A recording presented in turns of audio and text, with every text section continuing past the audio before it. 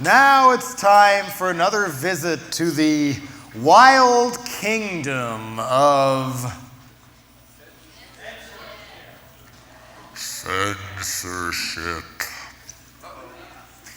This time, we will start with that noted provocative publication, TV Guide, where not too long ago they had a celebrity interview, and this celebrity said that his favorite TV show was Donna Reed, and that he wished more television could be like that today. But occasionally he and his daughter would watch American Gladiators for yucks. But that mama didn't come and join him or anything because she didn't see the humor in it. And in this same interview, he called for a legally forced rating system for records. Who could it be? Not Tipper Gore, not Al Gore, not Jesse Helms, not Pat Robertson, not Barney. You're getting warmer, though. Bill Clinton said that in TV Guide. And a little while later, something came to my attention in this magazine. Yes, you paid all this money, came all the way up to Bellingham, and already sat through a couple hours of my yakking just to have me read to you from Family Circle magazine. The article in question is called Tipper Gets Tough. Yo. And most of it is a puffy poo piece on Tipper Gore, part of her careful image makeover, where they talk about what a swinging fun mom she is, rollerblading with the kids, hanging out with Jerry Garcia at Grateful Dead shows, while her husband and her husband's bosses, drug war agents, infiltrate the same Grateful Dead shows and bust people for acid. They have a hugely disproportionate amount of their concentration right now on busting people for acid, especially at Deadhead shows. And the prison sentences are ridiculously long because they charge you by weight instead of how many hits of acid you have. So one guy in Texas who had one hit of acid in a sugar cube, when they weighed the sugar cube, they decided he got a mandatory sentence of 20 years in a Texas prison. This is the kind of laws that Mr. Bill has no interest in changing, it appears. The first real pungent quote in this Family Circle article isn't from Tipper Gore, but from Hillary Rodham Clinton, where she says, "I am concerned not just about records, but also television and movies. We're going to have much stronger parental responsibility." So far, so good. Then she says, "But that needs to be supported by actions like the one Tipper led, so parents have good information to base their decisions on." Good information. I assume the so-called good information she's plugging came out of this book, Raising PG Kids in an X-Rated Society by Tipper Gore. And this book came out before they shifted their focus from attacking Satan to attacking black people when they wanted to get parents to fear the music their children were listening to. So most of the so-called good information here is how bands like Ozzy Osbourne, AC/DC, and Judas Priest will get your child to worship Satan, kill your parents, kill themselves, commit crimes, and all these other things, mutilate animals. It's all the music's fault. And as it turns out, a lot of the so-called research that went into that book, her sources of information were religious right people, like Reverend Jeff Ling out of Arlington, Virginia. And in the back of the book, speaking of good information, she even endorses a place called the Back and Control Center, where you can send your kids during the day when they're still living at home, and because it's run by former LAPD officials, judges sometimes order kids to be sent to this place for shoplifting or suspicion of joining a gang or something. Back in Control claim that black clothing and high-top tennis shoes are a sign of possible devil worship. And among the punk bands you were supposed to de-punk and de-metal your kids of in Back in Control's deprogramming program, the punk bands included Devo,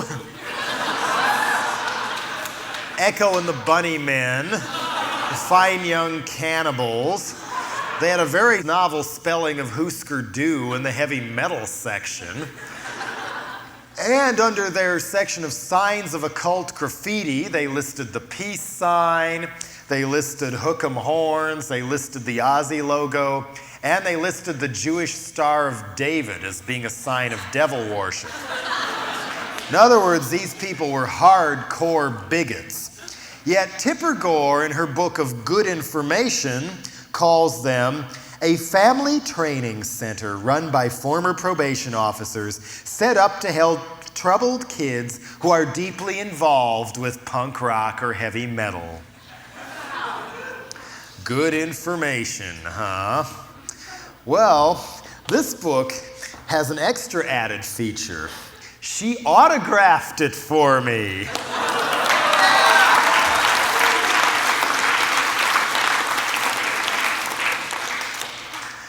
As many of you may know, Tipper Gore went to great lengths to disguise the PMRC and her own connections to the religious right over the years.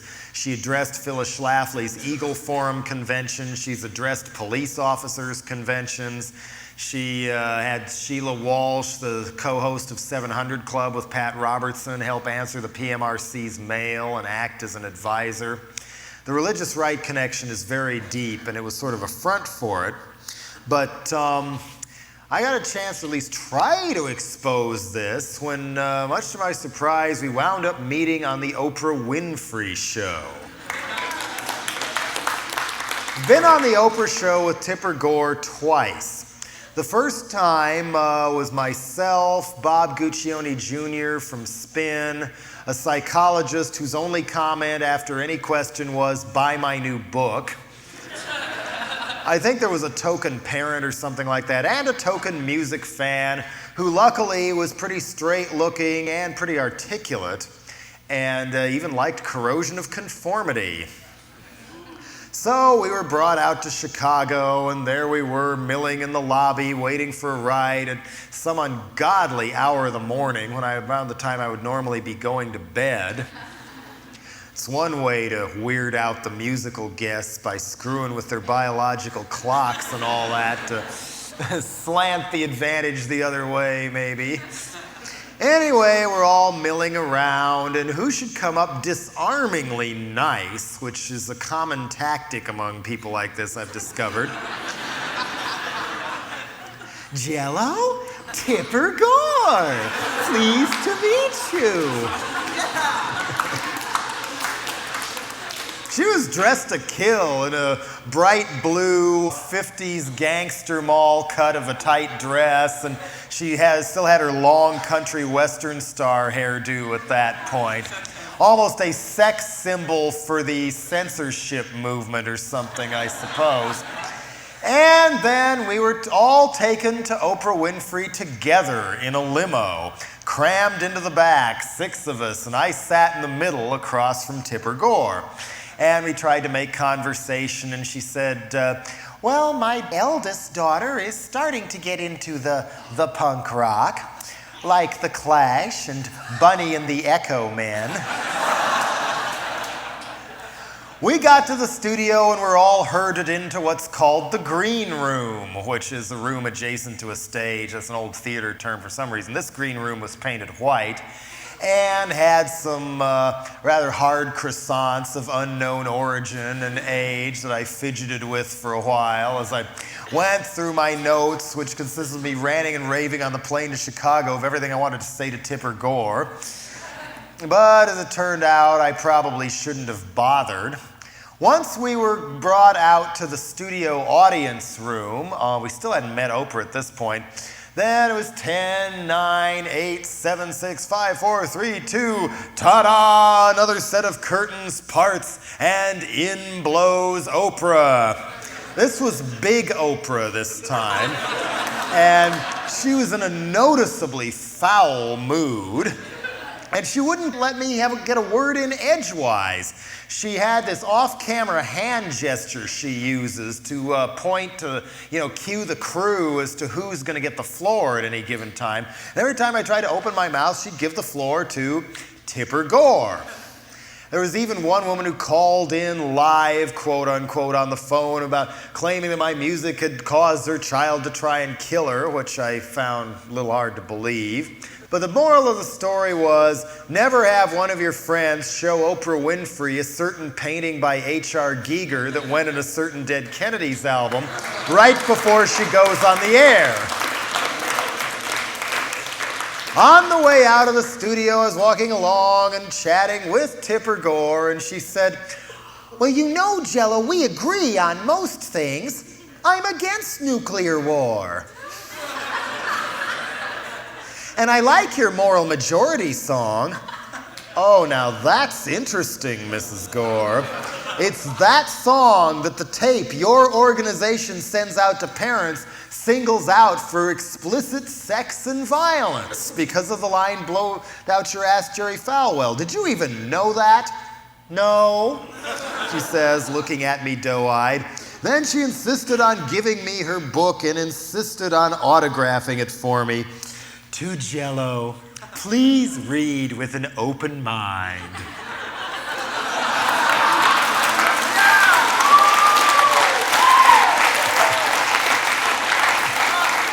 Well, at least she still wants somebody to have an open mind. We all can work for a better society. Well, on the way back to California, I really did try to read it with an open mind. And I got all of 28 pages before I damn near threw the book through the airplane window.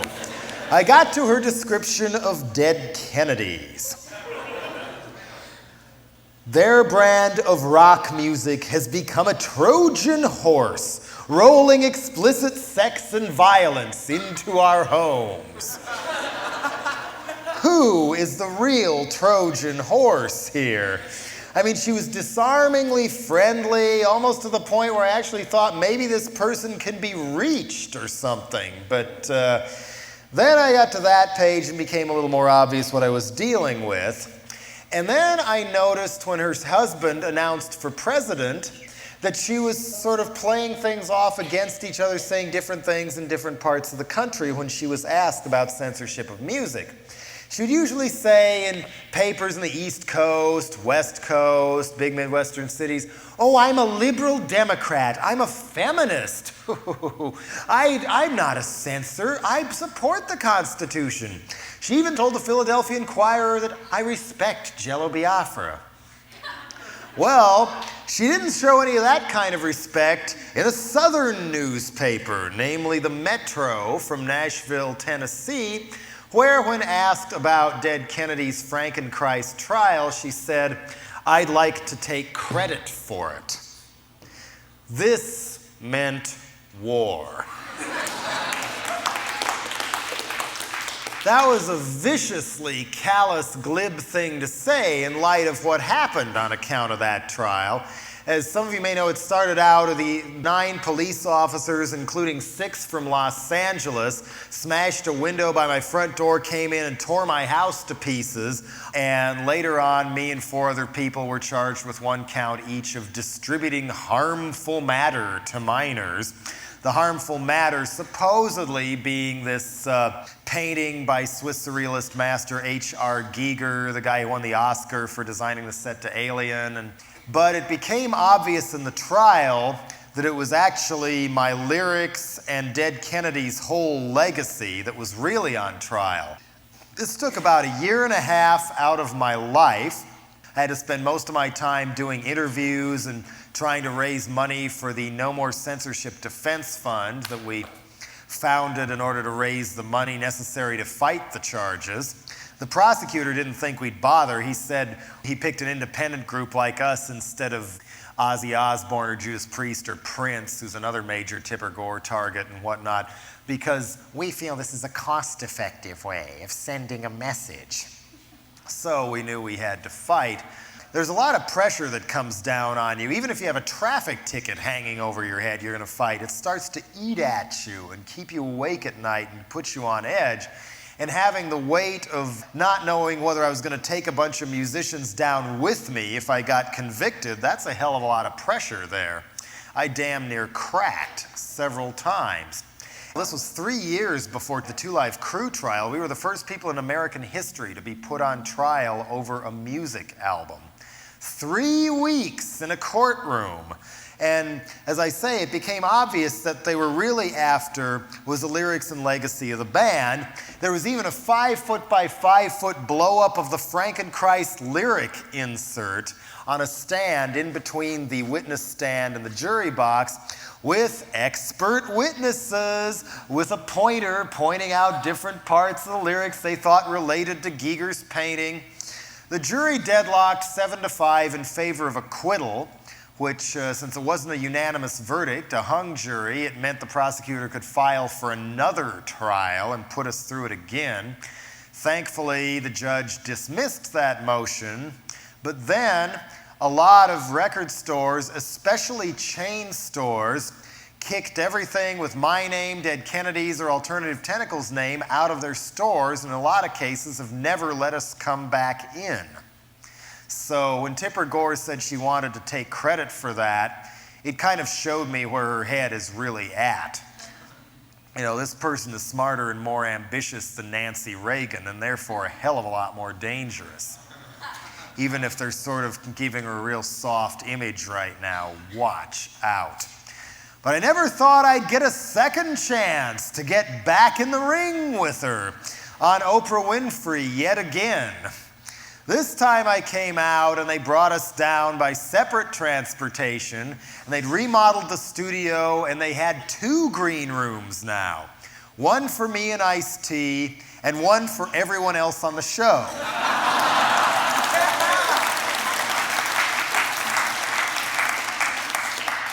The other guests were Tipper Gore, Rabbi Abraham Cooper of the Wiesenthal Center, who unfortunately had been duped into supporting the PMRC's position because he objected to some bigoted remarks made by Professor Griff when he was in Public Enemy, and he wasn't too thrilled with Axl Rose either.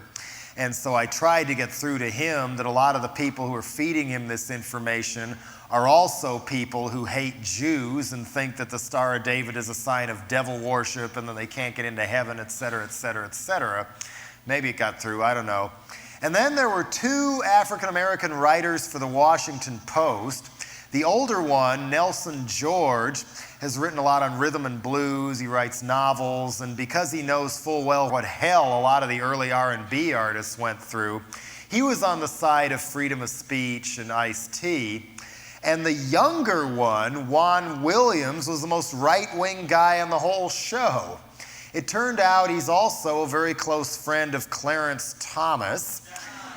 He's also one of the TV pundits now. When he was out lobbying for the Senate to confirm his buddy Clarence, turned out there were 3 sexual harassment complaints filed against him in-house at the Washington Post. Weenies of a feather flocked together, I guess.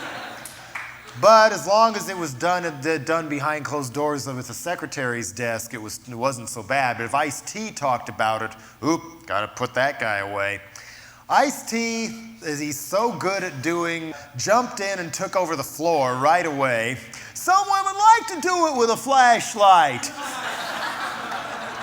Which did not go over well with everyone in the studio audience. I, on the other hand, was trying a different approach. On talk shows like this, I figured I should dress disarmingly straight.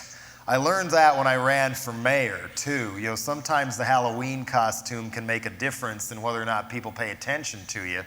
And I figured there's no hope of getting through to Tipper Gore. No hope of getting through to Oprah Winfrey, who said in her autobiography, the answer to life's problems can be found in the Bible. But if I don't come across like Sid Vicious or Motley Crue or whatever to some parent who has nothing better to do than watch Oprah Winfrey in the afternoon, and if they're thinking of sending their kid to a mental home because of the music they're listening to or what they read in Tipper Gore's book, maybe seeing that musicians can be realistic human beings might make them stop and think. That was my strategy. This time I knew I was going to have a spiel down because I was probably only going to get one little sliver to talk, and I was going to have to rapid fire it so the imperial hand of Oprah could not cut me off. She was in a noticeably more buoyant mood this time. Her whole staff was. It was smaller Oprah this time. So I started out laying into Tipper Gore about religious right connections and denying that she's actually a Trojan horse for the Jerry Falwell types and Pat Robertson and everything. Long list of her hypocritical behavior, and then mentioned that she had tried to take credit for my trial in the Metro interview and that I was a little pissed about that. She denied the whole thing. So I pulled the Metro article out of my pocket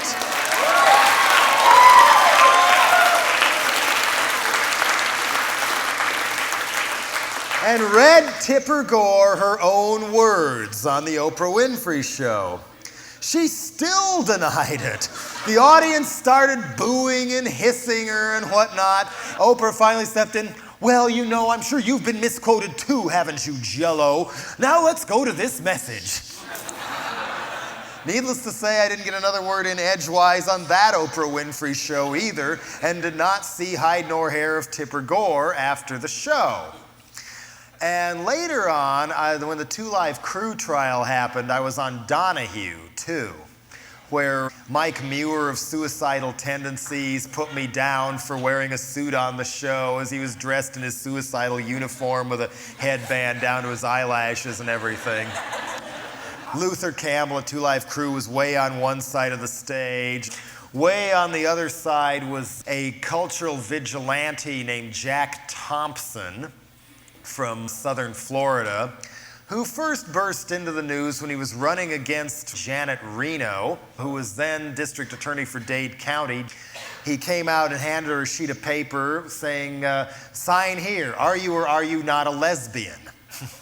He later faxed the police and sheriff's departments all over Florida demanding they prosecute Two Live Crew, claiming that he was a feminist and that he was trying to protect women's rights by doing this. He has also compared himself in a Los Angeles Times interview to Batman. You know, in my mind, he's not altogether rational about these things, but he is tenacious and extremely vicious. So he and Luther Campbell were yelling at each other for a lot of the program. I tried to get my 2 cents worth in here and there. And then afterwards, some of the studio audience, who seemed to be about grandmother age or whatever, well, I liked what that other boy had to say too, but he looked so menacing. I don't know. So I stand by the power of the Halloween costume in cases like that. I was also on Crossfire right before that, again with Jack Thompson. Couldn't see him or find out what he looked like that time. I think we were recording the Lard album at the time, so I was in Chicago and was brought to CNN's little branch office, which was just rented out of a regular office building. One of the employees lived in another one of the rooms along with his toy cars and things. So when I was on there, I just had to sit there in a room with a camera in my face, not knowing when I was on the air or not on the air, while the CNN people stood behind a glass door making faces and pointing and laughing. At CNN, they do things differently. But anyway, now these people, Tipper Gore and whatnot, are in a more effective position than they ever were before. Meanwhile, Mr. Bill Clinton, has been really disappointing, even though I expected next to nothing from him. I could not bring myself to hold my nose and vote for Bill Clinton. As terrifying as George Bush was, Clinton, according to the Village Voice, and I think the Nation printed this one too, had the worst record in education, in the environment, and in occupational safety of any sitting governor when he ran for president. He interrupted his campaigning during the New Hampshire primary to fly back to Arkansas in photo op style and execute a brain-damaged black man to show how tough he was on crime. And now, some of the changes we were hoping for, how much of them are really going on? Have you noticed how all talk of conversion of all these army bases to civilian use and ending the Cold War has completely disappeared out of the news? And now it's supposed to be fight crime, support the Senate crime bill, 3 strikes, you're out, which Clinton supports, etc. He has increased the CIA's budget from where Bush had it. He seems to have no real interest in calling off the dogs in the drug war. I mean, maybe he's a little too scared to talk about legalizing some of these drugs, but at the same time, the paramilitary part of the drug war is going full speed ahead. In some cases, people are even getting killed. A guy named Bruce Lavoie in New Hampshire had a local SWAT team storm his house, smash in the door, and start trashing the place in the wee hours of the morning, acting on a tip a 1.5 years old. He sat up in his bed wondering what was going on and was gunned down in front of his entire family. They found a few joints. A 64-year-old blind rancher in Malibu, California, had his place trashed by some drug war agents. He was also killed, and the charge was made afterwards that the reason they chose to raid his ranch was because they were hoping to seize the property and sell it like they can do under zero tolerance, and his looked like the most valuable land around. Many police departments have made it a cottage industry to seize people's cars, houses, boats, planes, just as a way to raise money for themselves. And even if they never find any drugs on you, if they take cash out of your pocket or something, you can't get it back again under zero tolerance. You may not have committed any crime. Clinton sees no reason to change this law. The Clinton administration has also lifted the restrictions on privatizing spy satellites. So now, since multinationals have some up already, courtesy of those secret military Star Wars missions that the space shuttle did and whatnot, you can now rent their services where they'll tap into their satellite and can spy back down on Earth with an accuracy of up to 1 square yard from 22,300 miles up in space. So if you do wind up going to work for one of these multinationals that piss jar tests you and everything else, decide to call in sick from work one day because you want to go out and have fun, you better close the curtains. And Al Gore is the point man of the Clinton administration in trying to put the screws on the information highway. They don't like the internet in its present form. They would rather restrict who can have access to and broadcast information, kind of like they do television or radio. And they're even demanding that a so-called clipper chip be put in new computer software so that the FBI can tap into anybody's computer at will at any time and take anything they want to out of it. They also want the same thing done in the newer kinds of phone systems and things. And Clinton, unfortunately, has hopped on the immigrant bashing bandwagon as well. He's put in a new rule where America is the first country, at least in the Western world, to charge a fee for political asylum. If you're fleeing a death squad in Guatemala or something, you got to pay $130 to get into this country, which is more than a lot of people in Guatemala are going to make in a year. And if that's not enough, he wants to have secret trials for suspected illegal aliens where they can just abduct you, try you in secret with no defense, no jury, not even a chance to call anybody and tell them where you are. And then if they decide you're illegal based on the evidence they've already got against you, they can send you back to the other country. Which if you're somebody who's fled getting killed in Haiti or something, you're probably going to wind up getting killed back at the airport, and only then, oh, looks like he had a green card after all. What do you know? This apparently is the spirit of Mr. Bill. He also is a gung-ho supporter of the Senate crime bill, which is a really scary series of laws that they've been trying to pass at least since the Reagan administration, possibly even since Nixon. This version that the Senate has already passed and the House of Representatives will vote on soon calls for over 50 new death penalty crimes required by federal law. Of course, he's trying to cut down how many appeals people can make and death sentences and things. And among the things you can get sentenced to death for, well, the last information on this bill I had was when Bush was still president. It was a 91 or 92 version. And this is basically the same bill, at least from what I've read, but may or may not have these in it, but it wouldn't surprise me if it does. Death penalty for robbing a bank. Death penalty for selling drugs. And let's see, what else?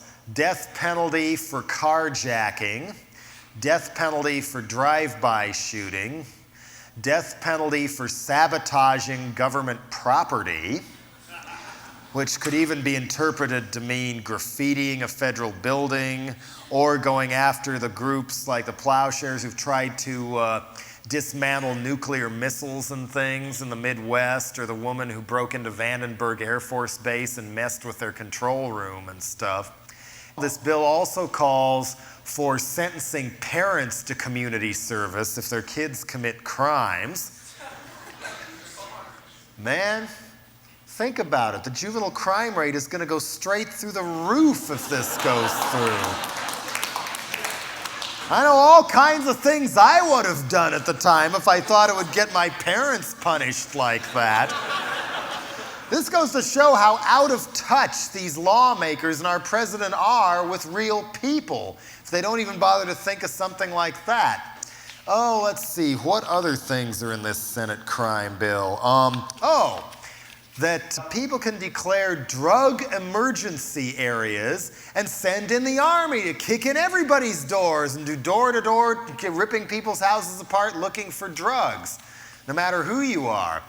And with the drug war, we've already seen that there's been some fatal victims. And the most recent one was a 74-year-old retired Methodist minister in Boston.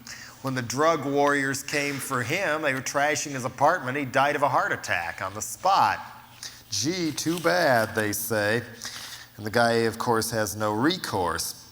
On top of that, even though he likes to show he's tough on crime and supporting the Senate crime bill and all, Clinton has shown no interest in going balls to the wall to prosecute all these scandals that happened during the Reagan-Bush administration. No more interest in nailing people for Iran-Contra, which is especially scary because a lot of those people who should, like North, should be doing 5 to 10 at least. Instead, he may soon be a powerful senator from Virginia. Some of these other people, like Elliot Abrams, the real vicious point man for the Contras, he used to go on all the TV shows and stuff, he might be Secretary of State later on, thanks to Bush pardoning him and all.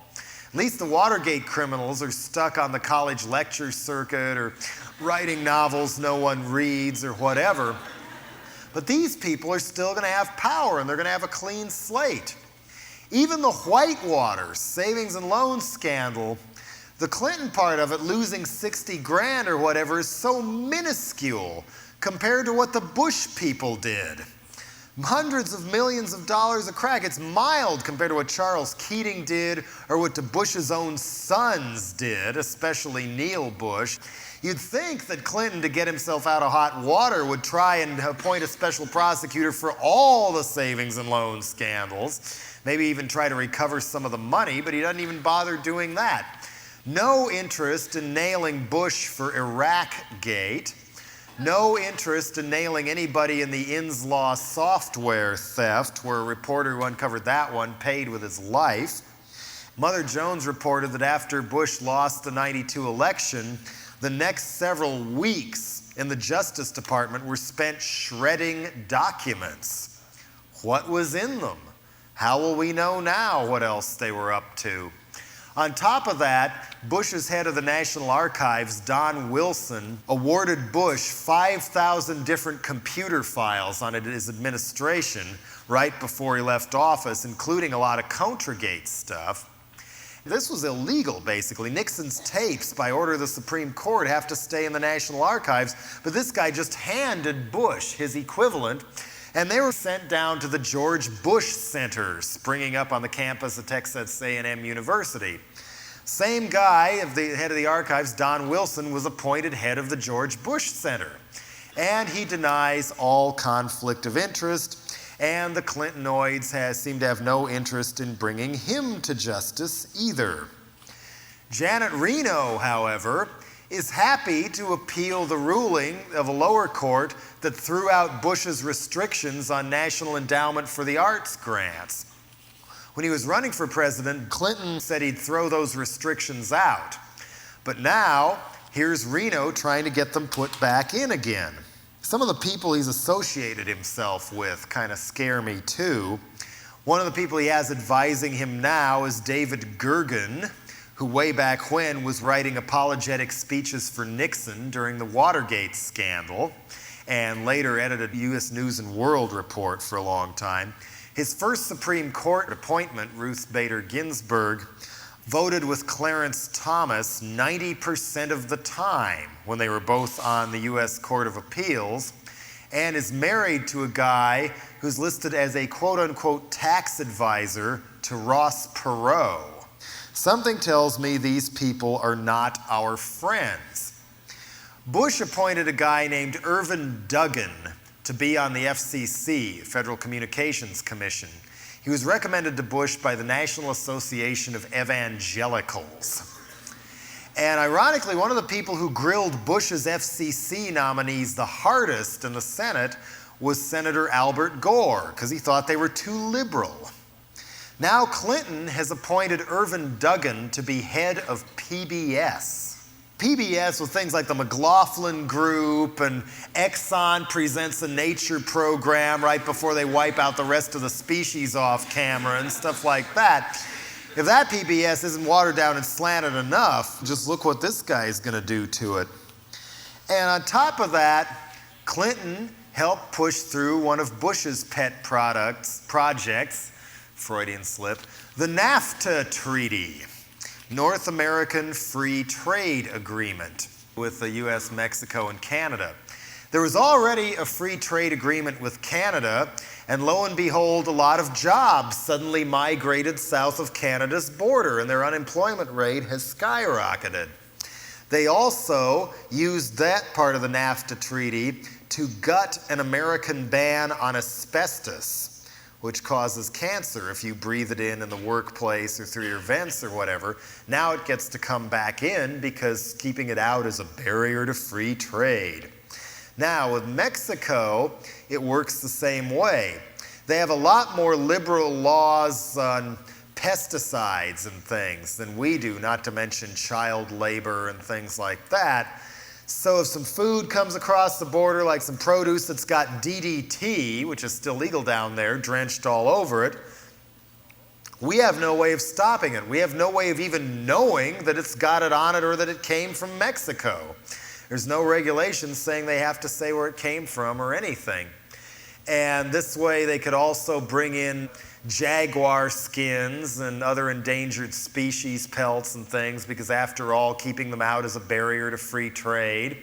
If you don't want to buy products that were made with child labor or people who can only make $6 a day and have to wear those aforementioned shabby sandals and live in tiny apartments, can't shut that down because it's a barrier to free trade.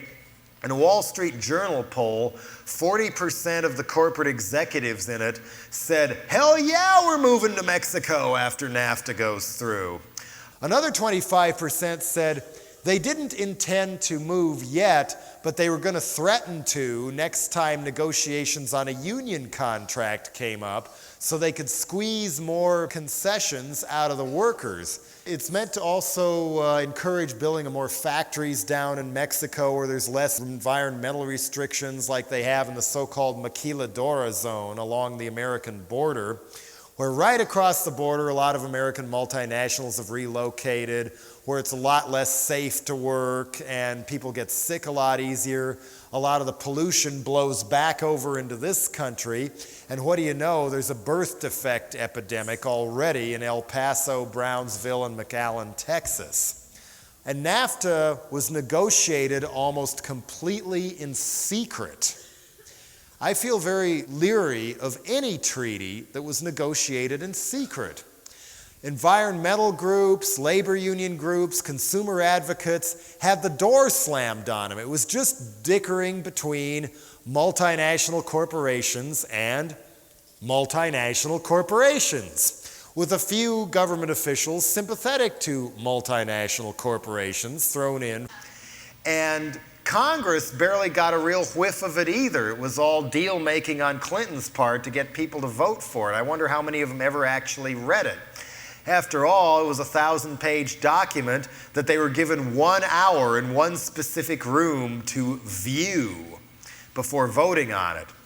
In an earlier agreement with Bush, Congress had agreed to a fast-track debate on NAFTA where they'd only debate it for 20 hours, and since it's a treaty, they couldn't add any amendments to it or change the language. Free trade is not such a bad thing, but they could have used that to bring Mexico's standard of living up to ours instead of the other way around by putting in requirements that they meet environmental laws and that they treat their workers well and things like that. But instead, it's the other way around. And the Bush administration even did an in-house study of the possible economic effects of NAFTA on the American economy. And I guess they didn't like what it said because they then classified the study. A reporter for the San Francisco Bay Guardian tried to get a hold of this study under the Freedom of Information Act and instead was greeted with a visit by the FBI. Clinton's FBI. And if you like NAFTA, you'll love GATT, General Agreement on Trade and Tariffs, which is designed to be a worldwide version of NAFTA, where, say, even the state of Washington or a town of Bellingham or Seattle or Olympia or somebody passes a real strict environmental or recycling law or says we're going to boycott all products that were made with child labor or prison labor in China or whatever, China could then complain under GATT saying this is interfering with free trade, and the local law would be wiped out from thousands of miles across the ocean. All you'd need would be one tin horn Noriega-type dictator somewhere to say this is interfering with free trade, and your own local laws or union contracts or whatever are thrown out the window. Mexico has already used the old GATT treaty against America's ban on importing tuna that was caught in gill nets. You know, those big drift nets that catch tuna and every damn other thing that comes into it, including a lot of dolphins, and is decimating a lot of species in the ocean. We finally put our foot down and banned the gill net tuna. Mexico cries barrier to free trade, and the GATT Commission ruled in their favor. They decided not to implement that ruling until after NAFTA passed, so they wouldn't look too bad, but now we're stuck with that too. What this basically means is that instead of promoting further trade and prosperity and carrying down tariffs between sovereign nations, it means that multinational corporations can now run their production on a global scale without any pesky national borders or laws or anything to get in their way. They can move capital, products, and people all over the place, and nobody can say boo anymore about it. In a way, it's like putting in writing that we are no longer a nation or even a democracy, but part of a worldwide new feudalism, where multinational corporations are the barons and lords and high castles, and we are their serfs. Now it's official. Congress has not approved the GATT treaty yet, but again, it's supposed to be a fast-track thing, very little debate, and they can't add any amendments or change any of the language. And when NAFTA passed, it was trumpeted in the press as Clinton's stunning victory by getting few Democrats to side with Republicans and vote Bush's bill in. which is basically what it was. Meanwhile, why was our own mass media so asleep and didn't bother to tell us these things? Well, in the last dozen years or so, thanks to the Reagan and Bush deregulation on corporate mergers and hostile takeovers, most of our mass media has now been bought out by corporations who have another agenda, be it to get us more interested in them selling their bombs or get us more interested in buying their cigarettes and cookies and whatnot. There's a book out on this called The Media Monopoly, written by a guy named Ben Begdickian. There's been a few more that have come out recently. One of them is called Who Stole the News, but I can't remember the author. Anyway, Begdickian documented in his first edition, which came out in '81 or so, that 80% of all mass media in the Western world, not just America, but the Western world, was in the hands of a little over 40 global corporations, all run by conservative white men. Next edition of his book came out in '86 and had us down to around 20 global corporations having that much control over the mass media we're exposed to. Now in the new edition, I can't remember whether we're down to either 8 or 12, but it's that close to a real media monopoly on everything we're fed through newspapers, television, radio, music, movies, whatever, that influences how we see the world and how we react to the world. One example of how this works would be NBC. NBC was bought out by General Electric, one of the world's largest arms manufacturers and the largest manufacturer of nuclear toys. Watch NBC News with that in mind. Will they cover nuclear disasters? Well, how did they cover the Gulf War, for that matter? How did all of them cover the Gulf War? Boy, isn't this great? It's almost as fun as a video game. Kill those goddamn Arabs. We know how dirty they are. Things like that. And, of course, they say next to nothing about all the Reagan-Bush scandals and how Jennifer Flowers or Clinton getting fucked in the back of a limousine is a bigger scandal than him flying home to execute a brain-damaged man to show he's soft on crime or his support of the Senate crime bill. Instead, we have tabloid news, which comes in many different forms. Cops is tabloid news. Crossfire is tabloid news. Endless speculation on Nancy Kerrigan's knee is certainly tabloid news. We're supposed to be more worried about that than watching this whole place fall apart all around us because the robber barons are just robbing everybody blind. That's not a scandal. But Tanya Harding, now there's a real scandal. Another example is the USA Today, or should I say the USA Today-ization of newspapers all over the place. Oh, no, if you want people to read, you have to have flashy color weather graphs and lots of sports coverage. A few days ago, the USA Today, in their television screen-looking newspaper machines, all the headlines you could see inside the screen for that day were about baseball. Nothing else happened in the world important enough to be on the front page. All we needed to care about was baseball. My favorite issue of the USA Today, I still have somewhere at home, the main headline said, "Survey proves most Americans love their jobs."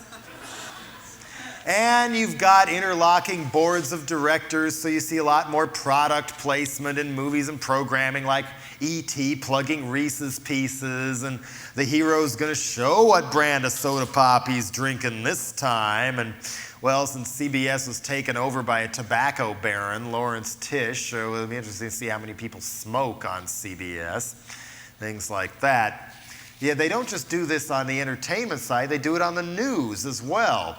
Many corporations and political action groups now make what could basically be called short infomercials, 1 to 5 minutes in length, and then either give or sell them to news programs who then, since they don't want to pay their own reporters, because after all, they want to cut the budget so you can afford more talk shows and more cop shows and things. Now, instead of having their own foreign correspondents, environmental bureaus, etc., the networks just take whatever they're handed. In many cases, it's made by the people who just trying to push another product. There was NBC News on the air on one of the airplanes I was on before I got here, and they came to a section about a big, fantastic new plane that Boeing's just come out with. The Boeing 777. It has this feature, it has this feature. Look, everyone will have their own television screen. And instead of even pretending it was a news report, it was spiced with lines like, and if that's not all, look what they do here. And if that's not all, you even get this. This was not news. This was an advertisement for Boeing, disguised as news. And they were running it on NBC. On top of that, notice how slanted editorial programming is, and editorials are in the newspaper. On newspapers, you will often get on the editorial pages, even if it's as thorny an issue as NAFTA or education or healthcare reform, where you could have 50 different points of view. You're given multiple choice, A or B, conservative or ultra-conservative. If Pat Buchanan wants something in the paper, he'll get it in the paper. Dan Quayle's about to be launched as a newspaper columnist as well, although his columns will be shorter than average because he doesn't think people need to read any further than that. He came right out and said that. They're happy to print people like that, but how often do you see the point of view of somebody like Noam Chomsky or Earth First or even Jesse Jackson or Jerry Brown ever printed in an editorial page? The other points of view don't get in. Choice A or choice B. Rush Limbaugh can have a talk show every night, but does the other side get one? Contrast the way all the bigoted and reactionary remarks Rush Limbaugh makes are treated. You know, oh, isn't he funny? He's so cute. He's such a card. He just speaks America's mind. Then if Louis Farrakhan says something similar, he's demonized as this Hitler in the cover of Time magazine or something. I'm not defending either one of them, but that's how they slant things nowadays and pretend to be impartial observers. Sort of a punditocracy, if you will. I mean, we've already had tabloid news, and Jesse Jackson even complained in the last election that we devolved into tabloid politics. Well, now it almost looks like we're devolving into tabloid government as well. If Clinton wants somebody to tune him in and pay attention because he thinks he has something important to say, will it be a live press conference? No. State of the Union message? Well, maybe a few people will watch that. But if he goes on Larry King, now that's a big deal, and then people will watch him. The NAFTA argument, the way they presented it was, you either get the Clinton administration line, or the opposition, we anoint the leader, is Ross Perot. The other points of view from environmentalists, and Jesse Jackson was against the NAFTA, Ralph Nader was against it, but they wouldn't let him go debate with Al Gore on Larry King. Only a right-wing crackpot was presented to the American public as being, this is what the opposition to NAFTA is all about. I think that this sort of censorship, deliberately depriving people of the whole story or information that's something that would concern us is even going on at all, that, I think, is about the worst form of censorship going on in this country today. And with that going on, who's left to tell us what's really going on? You know what I said about experts now. Artists! Us!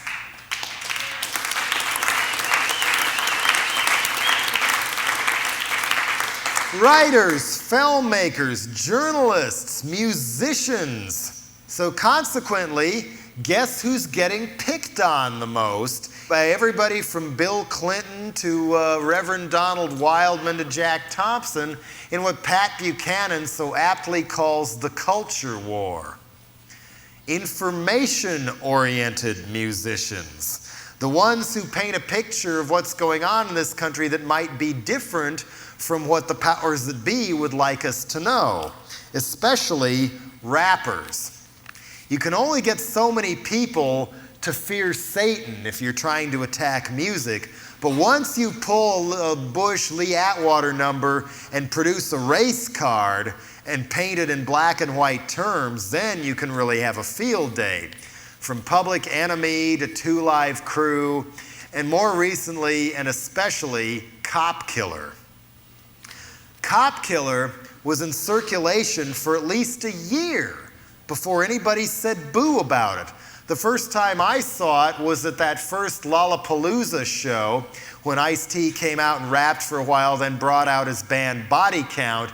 And I gotta admit, it made me feel kind of warm inside to see 20,000 mostly middle class and upper middle class, mostly white people dressed in their outdoor rock and roll concert duds, you know, the kind who could actually afford to get into Lollapalooza, all chanting, "Cop killer! Cop killer! Fuck the police! Fuck the police!" With these big grins on their faces. I figured, we're not alone if we could just somehow communicate with each other more. The Rent-A-Cops didn't look happy. I didn't look at the Rent-A-Cops. I mean, there they have Bill Graham's bouncers where you'd feel much safer with Rent-A-Cops. Then the Body Count album came out, and for 3 or 4 months, all was quiet. Then the LA riots hit the fan, and people all over the country got to see Rodney King getting the daylights beat out of him again and again and again, and it uncorked a lot of anger that had been building up for a long time for people watching this country fall apart and people getting treated badly and being treated like Rodney King in their own communities. People were mad, and the cops were in the doghouse. They were on the hot seat, and talk was starting to come out that we need federal investigations of police brutality, which Bush ordered, but then, of course, there were no investigations once the heat died down, and Clinton, once again, doesn't seem interested in that at all. So the cops knew they had to somehow find a way quickly to take the heat off themselves for this. Bush blamed the LA riots on Lyndon Johnson's social programs trying to build up the slums in the 60s. Dan Quayle blamed Murphy Brown. The cops took a look in their ample file of who to use on a situation like this. Aha, the perfect Willie Horton, Cop Killer. It's not a rap song, it's a rock and roll song, and a really catchy, powerful one, kind of like Born to Be Wild. People like this song. We gotta do something about this fast. Then and only then did the cops start picketing body count shows and trying to keep them from even playing in certain towns. The city of San Diego threatened to arrest Body Count if they played Cop Killer there. And the threats began both against venues and against Body Count and against Warner Brothers.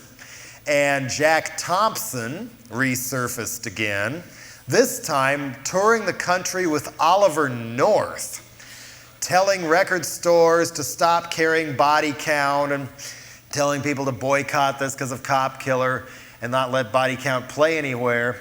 And on top of it, powwowing with police departments. We're implying, hey, if you've had anybody killed in your department lately, look who you can sue. Hint, hint, hint.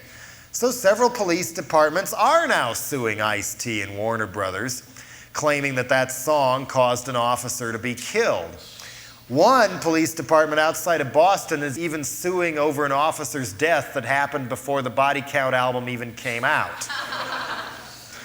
There are good cops, there are bad cops, but this then tilted the sympathy back towards letting the bad cops get away with whatever they want. Then came the Warner Brothers annual stockholders meeting in LA. The cops showed up in force to picket the entrance, and you gotta admit that a pro-choice demonstration is not nearly as intimidating as trying to run the gauntlet of a bunch of cops. Inside, it must have been a real circus. Some of the stockholders of Warner Brothers are their own entertainers. Beverly Sills, the retired opera singer, said that Warner Brothers should drop all artists who criticize the government. Charlton Heston read the lyrics to KKK Bitch in front of the stockholders at the meeting. Swear words and all. That I would love to have seen on video.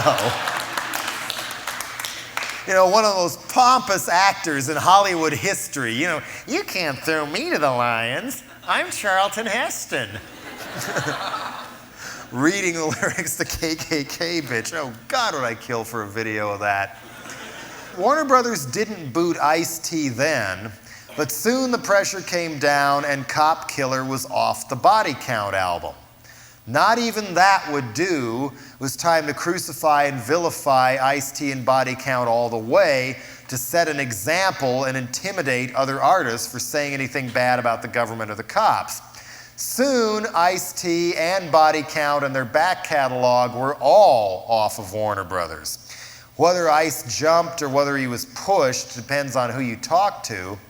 But according to Rock and Rap Confidential, Warner's dropped at least 10 other rappers at the same time, just the ones who said something nasty about the police. Talking about beating women or shooting people in drive-bys was still perfectly okay in the family values era, Warner style, but if you said something bad about the cops, you lost your contract at that point. The ball just keeps rolling along. After that, Newspeak decided to run yet another cover story blaming so-called gangsta rap for the alleged crime wave going on right now. They didn't bother to mention that a lot of these gangs didn't exist until Reagan got into power. Oh no, that's not what the problem is. It's the problem of current national villain cover boy, according to Newspeak, Snoop Doggy Dogg. What kind of a cartoon tabloid society are we living in when the arch villain we're all supposed to cower under our beds over is named Snoop Doggy Dogg? Life is getting strange in the era of the punditocracy here.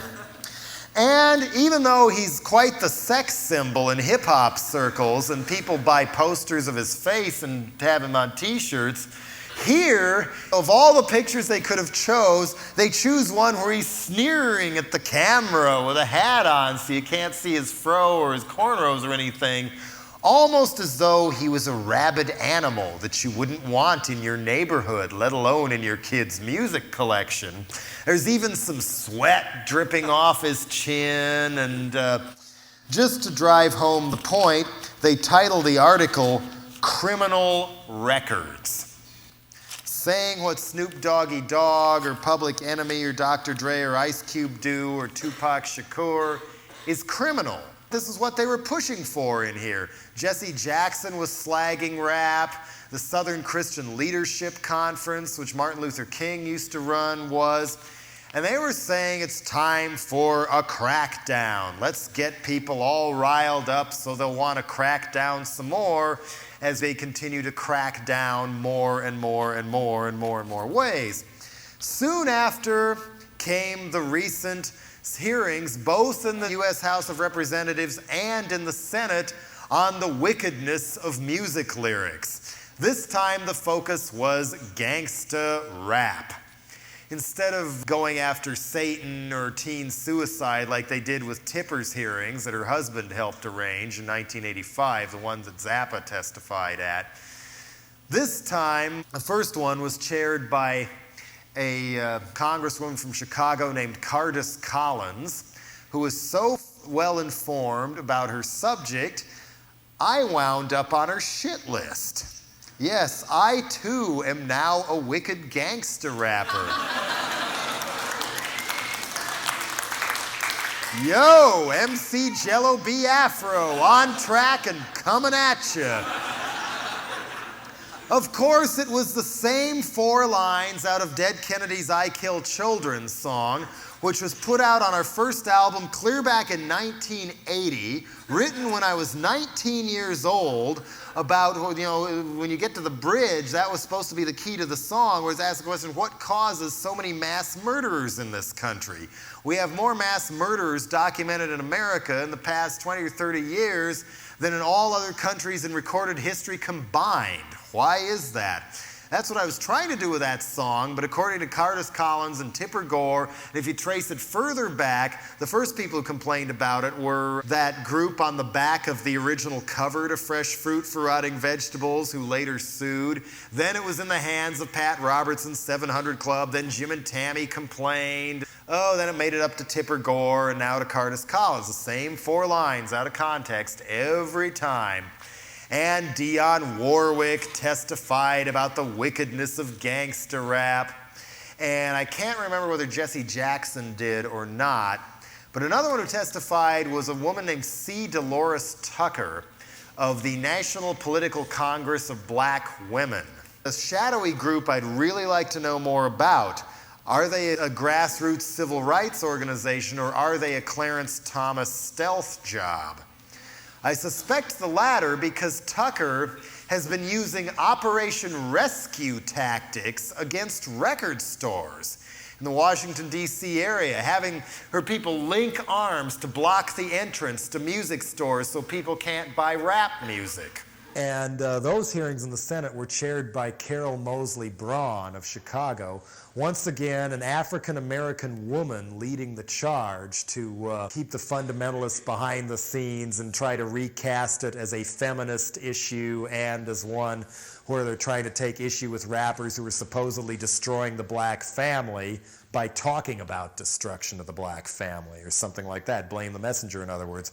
Braun, by the way, is also an Inkatha supporter, thanks to her boyfriend being employed by them, at least at one time, and also tried to add a rider to the Senate crime bill, lowering the minimum death penalty age for these federal death penalty crimes to 13.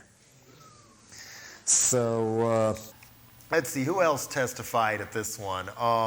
Don Cornelius of Soul Train.